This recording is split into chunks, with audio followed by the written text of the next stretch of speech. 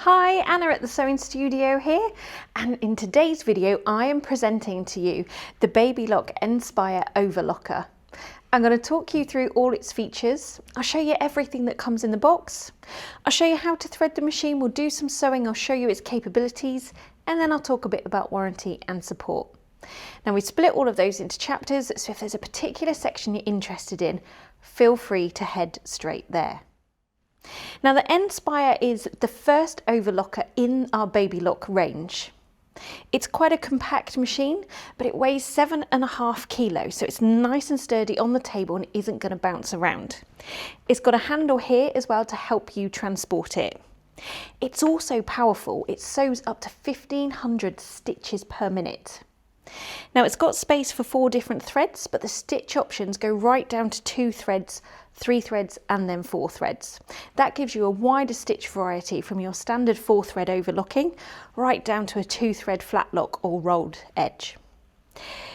This thread guide is telescopic, so when you're using the machine it's up here to stop your threads getting tangled, but absolutely when you're not using it, it goes down and it's nice and safe to pack it away.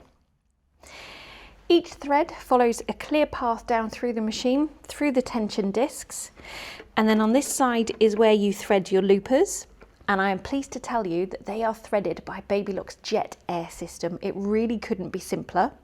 And then over this side we have the needles, and there is a built-in needle threader as well to help you get the thread through the eye of the needle.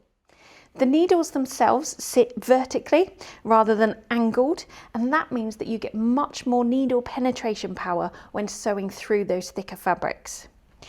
The presser foot raises by a lever at the back here, and it goes quite high for you to get any bulky items in underneath. Now you can adjust the pressure that's on that presser foot as well, and that's with this dial on the top here. 2 sets of feed teeth, so you have differential feed, and if I pop that back up, that's easily adjusted on the side here. You can also adjust the length of the stitch, and that's down to here up to 4mm, and the width up to 7.5. And with this one here you can disengage the cutting blade, so you don't have to cut your fabric as it's going through, but obviously you can if you want to. Now when you're sewing with just 2 threads, you traditionally need to cancel out the upper looper, and a lot of overlockers come with a separate little attachment that you need to put on there, which can easily get lost. This machine still has that attachment, but it is already attached to the looper. So if I open that up, it's this one here, and that just flicks into place when you need it and flicks back again when you've finished with it. Now a couple of little hidden gems on this machine. Firstly, this side opens out fully, so that really helps you to keep the machine clean and well maintained. In underneath here, there is a little needle tray. So if you're changing the needles and accidentally drop one, they're going to fall down into this tray and you can easily retrieve them. And then over here, if I lift this up slightly, you've got a hidden storage compartment. And in here you'll find some of the accessories that come with the machine. So when it comes to what comes in the box, the machine will already arrive like this, obviously not switched on, with the standard presser foot attached, as well as this range of accessories, and they fit nice and neatly in these pouches. There's also a dust cover as well as a full instruction manual, and let's not forget the power lead and foot control that I've already got plugged into the machine. So let's switch the cameras around, and I'm going to show you how to thread this machine and its capabilities. So to thread the machine, I'm going to start with the loopers, and what we need to do is lock them into position so that the thread can pass through the air channel, and you do that by pushing this button and then turn the hand wheel towards you until they lock into position. Like that. Okay, and then I'm going to grab my looper thread, pop it in the thread guide in the tree at the top, and then there's one just at the back of the thread path here that you just need to ping it into, and then you come down through the tension discs. Always make sure your presser foot is up so those tension discs are open, and then there's a little guide in the bottom here to keep that thread in place. And then you just want to grab the end.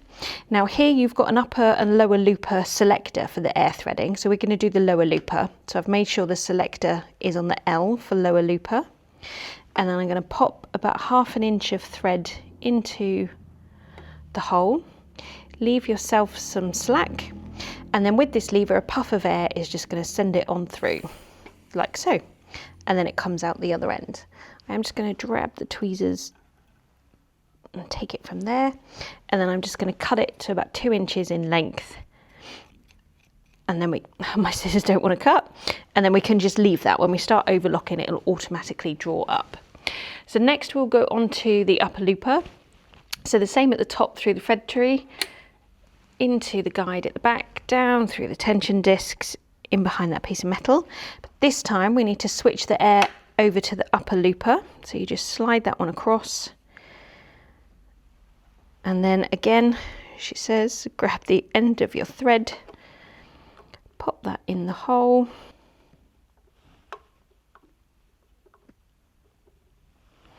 And then do the puff of air. And there's your upper looper. So that's the loopers threaded. The last bit you need to do with that is unlock them again. So you just push that lever over and then the loopers move freely. And whilst I'm moving, what I'm going to do is I'm going to line up my 2 green marks over here together. And what that's now done is put the needles in the right position for the needle threader. So I'm going to grab my right thread, again, through the thread tree at the top, in the guide at the back, down through the tension discs, and then under this guide here, and then up, down, and in behind the guide just above the needles there. And then there is a bit of a knack to the needle threaders. So again, this has a selection for left and right. At the moment it's on the left needle, so I'm going to switch that over so it's on the right needle. And I'm going to drop the presser foot just to give more room and so that I'm threading with a bit of tension on the thread. And I'm going to bring the needle threader down, and then you just want to grab the thread with both hands, pop it under the little hook and let it draw it back. And then you've got your little loop there that you can just pull the thread through. Okay, and then I'm going to do the same with the left needle. So in all the same guides, but this time it goes underneath that piece of metal there, over down in the guide, and then I'm going to switch this over so it's on the left needle, bring the needle threader down, grab my thread, lay it under, and let it draw that through with my loop. There we go. Grab that, pull that through, and then I'm just going to pop all these threads in under the foot. Okay. And that's the machine threaded. So I'm going to grab myself a piece of cotton, and I'm going to see what these tension setting looks like and show you the results of the stitch. So I'm going to start with every single element on 4, every single thread.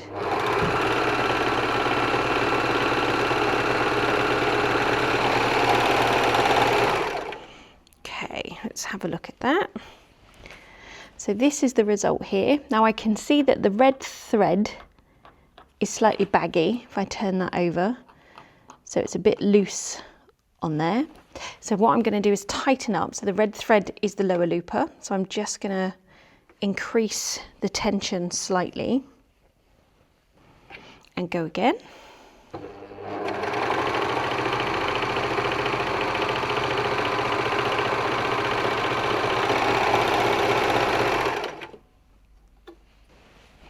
And that looks much better on the red thread. That's on the top and that's underneath. However, I can now just slightly see the green thread, which is the upper looper. So that is a bit loose as well.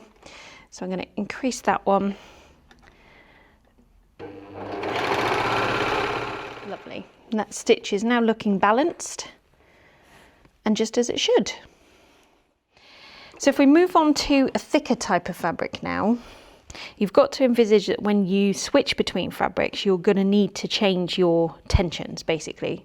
So what I like to do is start with everything at 4 and then always use a scrap piece.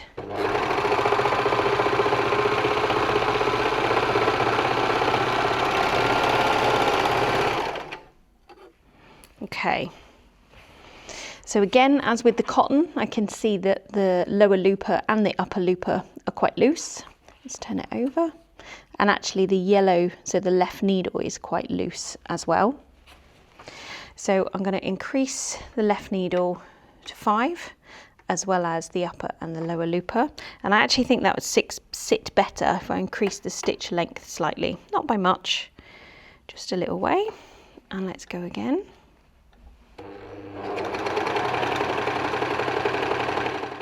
And now you can see that's tightened up that looper, and the results are really nice. But the main thing is that the seam is really secure. Okay, so those are quite stable fabrics. Let's look at some jersey types. I'm still on a standard 4-thread overlock.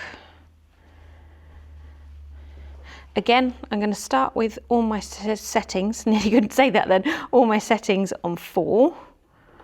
And let's see what result we get. Hang on, I might just change that stitch length back down.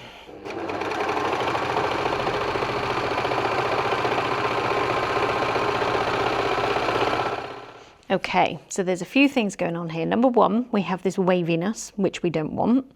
And then also I can see both loops are quite baggy here. So let's increase the tension on the loopers first. And then to counteract that waviness, I'm going to increase the differential speed just by 1 notch, and that will speed up the front teeth in order to get a nicer result. There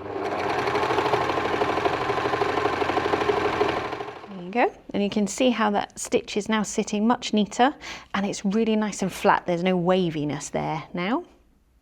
But you can stretch the fabric with the stitch, which is the whole point, so that it's nice and comfy to wear. And then when it comes to a bulkier stretch, I've got some fleece here. I'm going to keep it on the same settings that I had for the jersey, but because it's thicker, I'm just going to increase my stitch length slightly.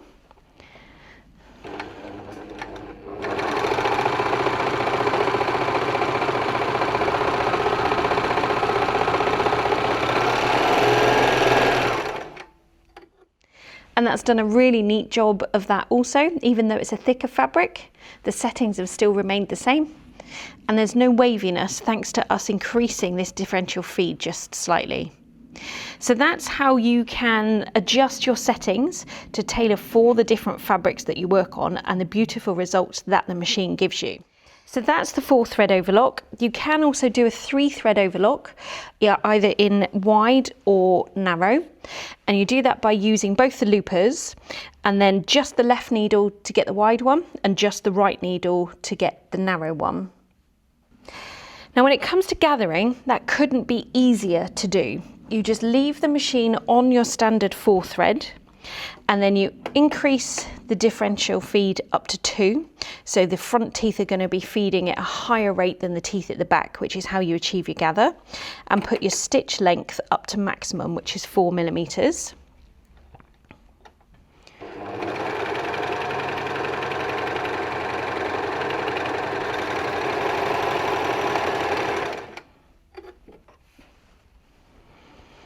And there's your lovely, neat gather. As I say, it really couldn't be simpler on this machine to achieve a nice gather. Now you can also do 2-thread stitches as well. You can do a 2-thread flatlock, which is this one here. Now if you don't know already, a flatlock is where there is no bump to the seam, if you like. It's as the name suggests, it is completely flat. That's very popular in dancewear, sportswear, things that, you know, are going to be rubbing against you, but it's very easy to do. And then this is achieved here with a aero flock thread, which is a fluffy thread which has got a bit of stretch to it, which is really good for those kind of things. And you use those in the loopers. So the general rule of thumb with the loopers, so you can use thicker threads, you can use decorative threads, and if it will pass through the threading system, then yes, go ahead and use it. And the other 2-thread stitch that you can do is a 2-thread rolled hem, which I'll show you how to do.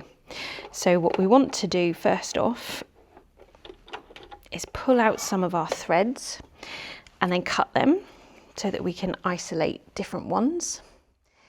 And we need to take out the left needle completely. So I'm going to cut this up here and then pull out the yellow from down here so it's not threaded anymore. There it is, whoops.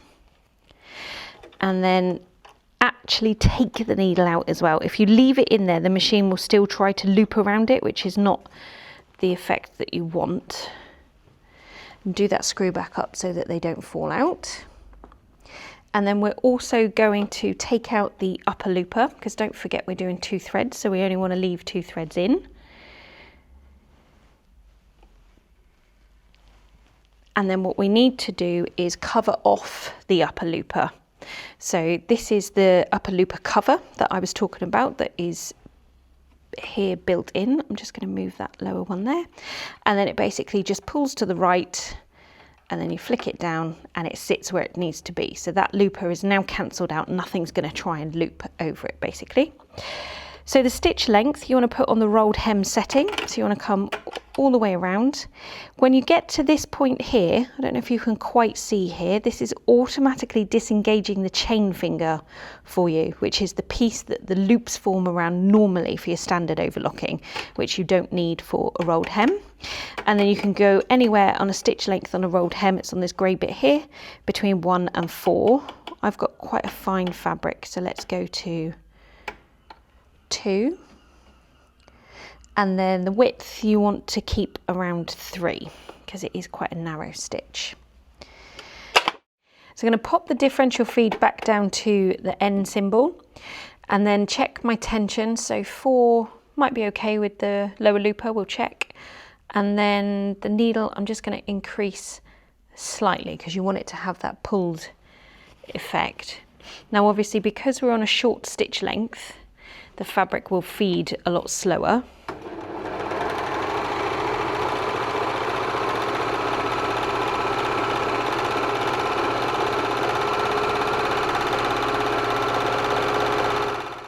And here is our rolled hem. Now I can see that it's a little bit loose in places, so I'm going to increase the tension on the lower looper again to about 4.5. And hopefully it should give us a better result.